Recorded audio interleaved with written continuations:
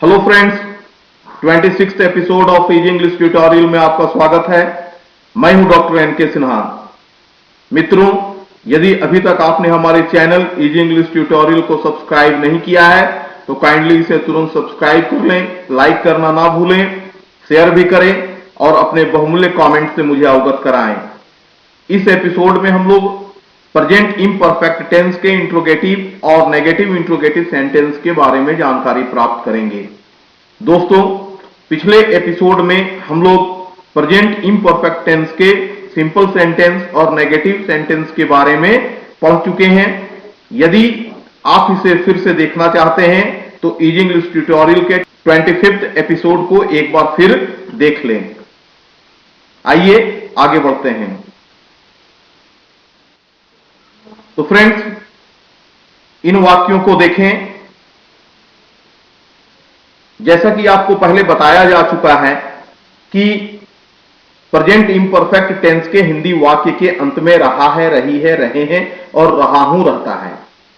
तो इसके interrogative sentence के अंत में भी रहा है, रही है, रहे हैं और रहा हूं रहेगा, किंतु इसमें एक अंतर बनेगा कि वाक्य का प्रारंभ क्या से होगा और वाक्य के अंत में प्रश्नवाचक चिन्ह लगा रहेगा। इसी प्रकार हम नेगेटिव इंट्रोगेटिव सेंटेंस को देखते हैं। इसमें क्या अंतर होता है?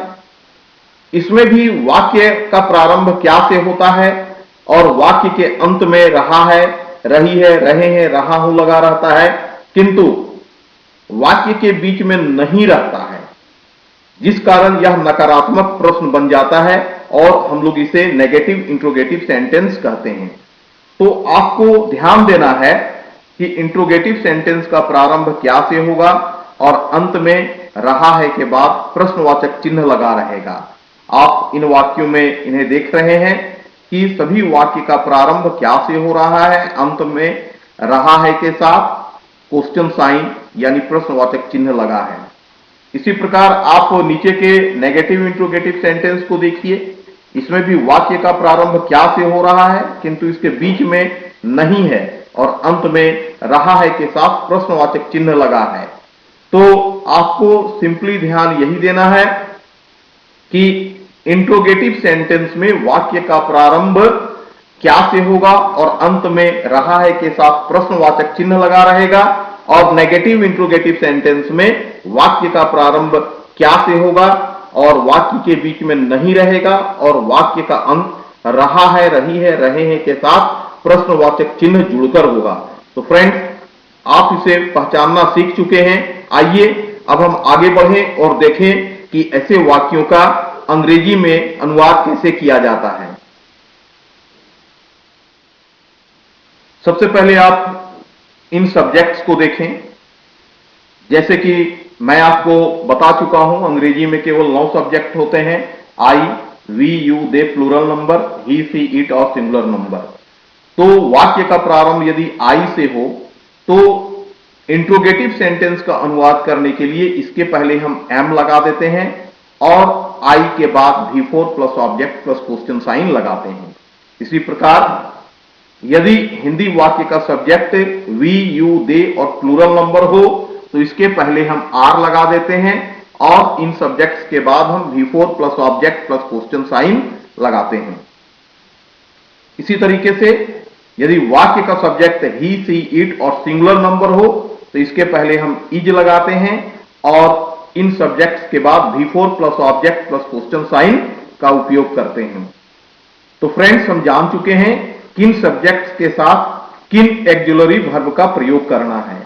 तो अंतर केवल इतना है कि सिंपल सेंटेंस में हम सब्जेक्ट के बाद एक्जुलरी वर्ब को रखते थे और इंट्रोगेटिव सेंटेंस में सब्जेक्ट के पहले हम एक्जुलरी वर्ब यानी एम, आर और इज को रखेंगे और वाक्य के अंत में क्वेश्चन साइन लगा देंगे। बाकी सभी रूल उसी प्रकार होते हैं। आइए हम इन्हें इन उदाहरणों से समझते हैं। क्या मैं किताब पढ़ रहा हूं? Am I reading a book? क्या हम लोग बाजार जा रहे हैं? Are we going to market? क्या तुम लोग गाना गा रहे हो? Are you singing a song? क्या वे लोग आम खा रहे हैं? Are they eating a mango? क्या लड़के क्रिकेट खेल रहे हैं? Are boys playing cricket? क्या वह स्कूल जा रहा है? Is he going to school? क्या वह सिनेमा देख रही है? Is she looking cinema? क्या यह आ रहा है? Is it coming? यह एक गलत सेंटेंस है। क्या राम टहल रहा है? Is Ram walking? एटसेट्रा। तो फ्रेंड्स, यहां पर हम देख रहे हैं कि सिंपल सेंटेंस और इंट्रोगेटिव सेंटेंस में कोई अंतर नहीं है। केवल एक्जुलरी वर्ब को हम सब्जेक्ट के पहले रख दे रहे हैं और एक्जुलरी वर्ब का प्रयोग किस तरीके से किया जाएगा बगल के फॉर्मूले में आपको बताया जा चुका है कि आई के साथ एम का प्रयोग किया जाता है। इंट्रोगेटिव सेंटेंस में इसे हम पहले रख देते हैं। वी, यू, दे और प्लूरल नंबर के साथ आर का प्रयोग किया जाता है। इंट्रोगेटिव सेंटेंस में हम इसे इन सब्जेक्ट्स के पहले रख देते हैं। ही, सी, इट और सिंगुलर नंबर के साथ इज का प्रयोग किया जाता है। इंट्रोगेटिव सेंटेंस में हम इसे इन सब्जेक्ट्स के पहले रख देते हैं। बाकी सभी फॉर्मूला सिंपल सेंटेंस का ही चलता है, केवल वाक्य के अंत में प्रश्नवाचक चिन्ह लगा दिया जाता है। तो फ्रेंड्स, हम इन वाक्यों को अनुवाद करना सीख चुके हैं। अब आइए हम नेगेटिव इंट्रोगेटिव सेंटेंस को अंग्रेजी में अनुवाद करना सीखते हैं। इन नियमों को देखें, किंतु सबसे पहले इन सब्जेक्ट्स को देखें। सब्जेक्ट्स आई रहने पर इसके पहले हम एमेंट लगा देते हैं। उसके बाद V4 plus object plus question sign रखते हैं। सब्जेक्ट्स वी, यू, दे और प्लूरल नंबर रहने पर इसके पहले हम आरंट लगा देते हैं। उसके पश्चात V4 plus object plus question sign का प्रयोग करते हैं। सब्जेक्ट ही, सी, इट और सिंगुलर नंबर रहने पर इसके पहले हम इजंट लगाते हैं। इसके बाद V4 plus object plus question sign का प्रयोग करते हैं।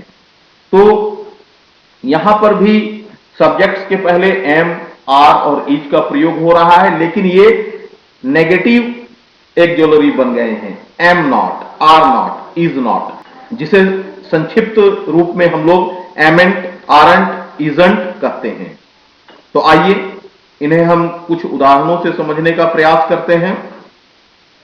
यहां पर देखें, क्या मैं किताब नहीं पढ़ रहा हूं? Amn't I reading a book? Friends, आप इसे विस्तृत रूप में लिख सकते हैं, am I not reading a book? क्या हम लोग बाजार नहीं जा रहे हैं? Aren't we going to market? आप इसे विस्तृत रूप में लिख सकते हैं, are we not going to market? क्या तुम लोग गाना नहीं गा रहे हो? Aren't you singing a song?